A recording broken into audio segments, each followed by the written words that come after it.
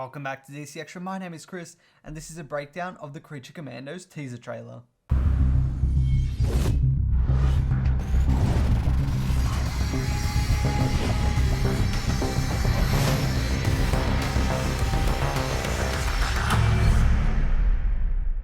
Before we get into the first clip, I'll just quickly mention that this is actually the first project that is taking place and made for the DCU.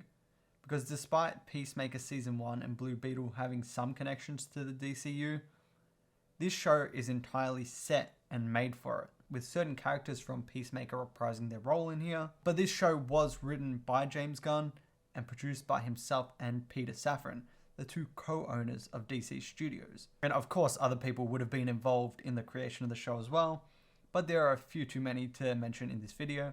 But if you do want to go check it out, there is a link to the IMDb page in the description below. There is also a link to the trailer itself if you want to watch that. I also made a reaction to the trailer if you want to watch that. But without further ado, let's take a look at the trailer. General Flag, this is Belle Reve. For over 50 years, only those at the uppermost levels are aware of its existence. So the first thing to note is the DC Studios logo we see at the very start. And this was actually inspired by the DC Comics logo that was used between 1976 and 2005. So it's already been about 20 years since we've last seen it as of recording this video. And Gunn actually posted on social media a better look at this logo and a picture of himself wearing a t-shirt with that logo, which I definitely need to get. Where can I find that?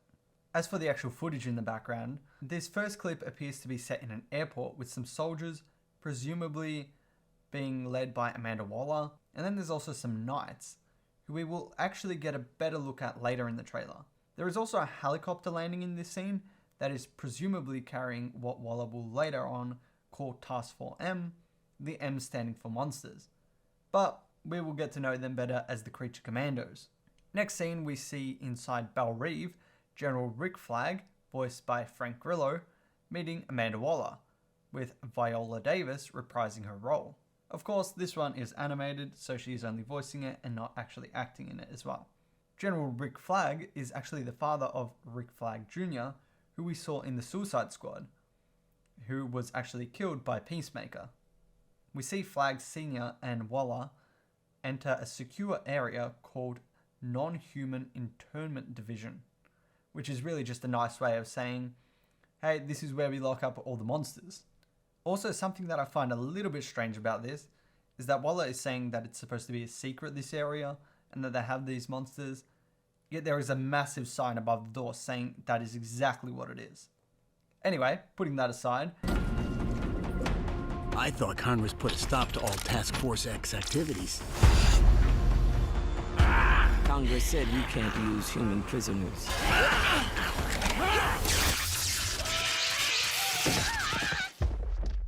These assholes aren't human.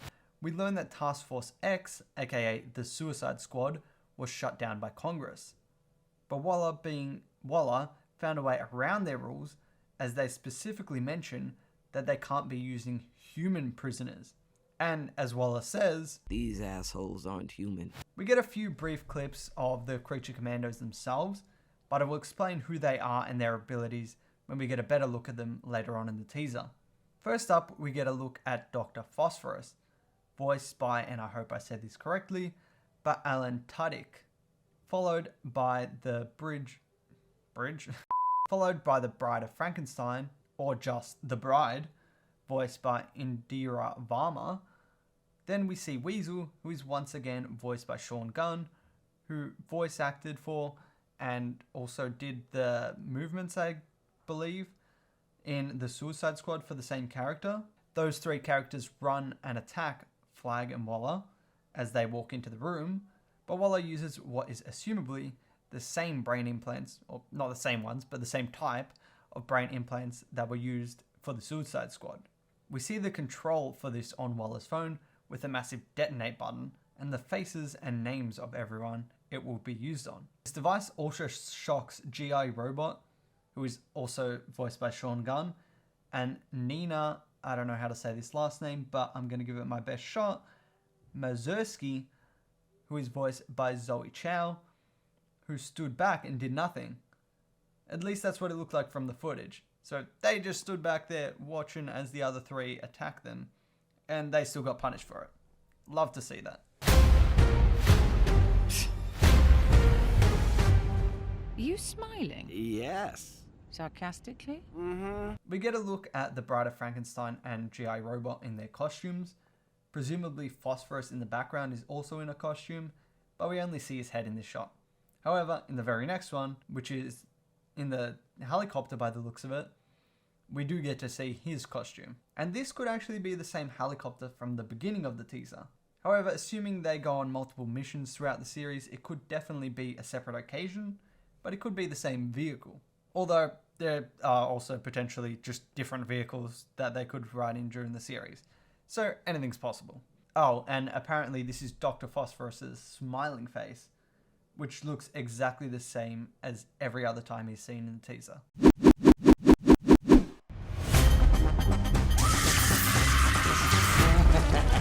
He's pissing!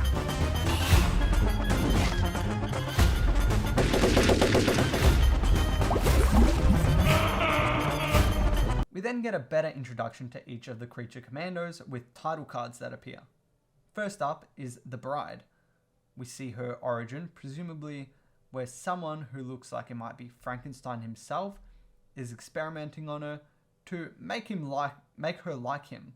Her powers include superhuman strength, durability, stamina, and the benefits of being immortal. So basically, just your run-of-the-mill zombie. Next we see Dr. Phosphorus. No origin shot for him, but in this trailer he finds it funny when Weasel starts pissing on what looks like might be a train or a car or something. It doesn't look like the helicopter from earlier. Anyway, his powers are radiation production, and from that he has something called Fatal Touch, where if he touches something or someone, they will die. Quite self-explanatory name there. And then also heat absorption. Again, really quite self-explanatory.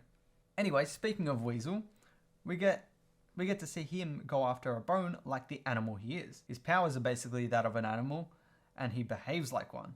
Although because of his low intellect, he can actually resist telepathic control, which is interesting, and I'll talk about that a bit later. Poor G.I. Robot gets hit in the head with something that looks like it might be some sort of wooden, just a piece of wood really, but we do get to see him in action shooting with his inbuilt guns. His powers include the whole superhuman package, that being strength, speed, durability, and so on. Additionally, he has these inbuilt weapons, such as the guns. I believe he has missiles as well.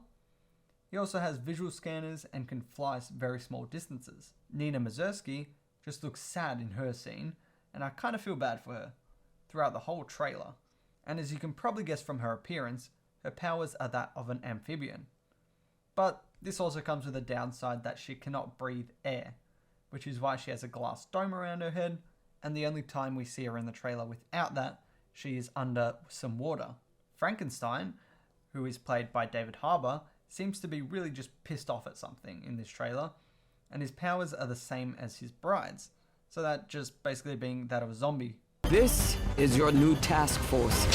It's been oh so long since G.I. Robot has sent Nazis back to hell. Let's call it Task Force M. M for Monster. Also known as...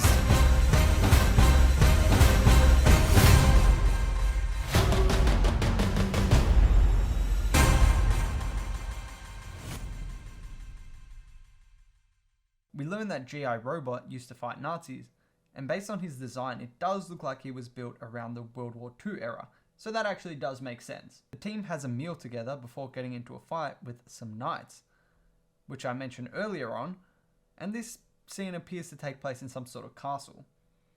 These knights do have some tech built into their armor, so they are kind of futuristic, and we see that especially when a gun pops out of the arm. For whatever reason, Flag attacks Dr. Phosphorus, and this might be due to telepathic control.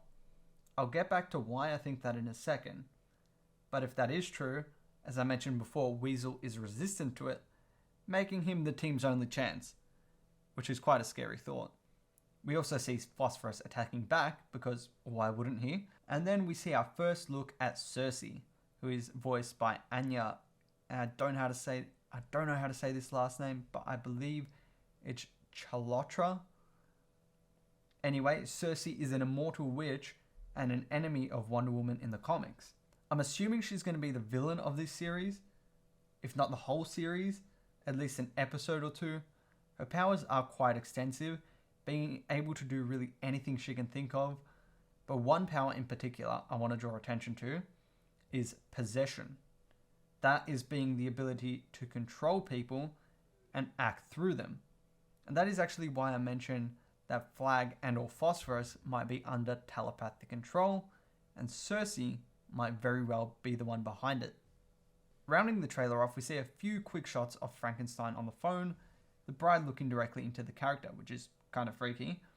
Although it does look like she's looking into a doorbell camera or something similar. And in that shot, she's actually accompanied by Nina, and in front of a castle they stand, which might be the one the team is in earlier on in the trailer. So this is possibly a scene that takes place before in the episode, but the trailer just edits it out of order, which is not uncommon for trailers. Weasel sleeps on the job, G.I. Robot and Nina eat some more. Well, Nina does anyway, because G.I. Robot is a robot and cannot eat, which is why his plate is empty here. And then we see a big set of doors opening up for the whole team. We also see a list of the cast, most of which I have already mentioned.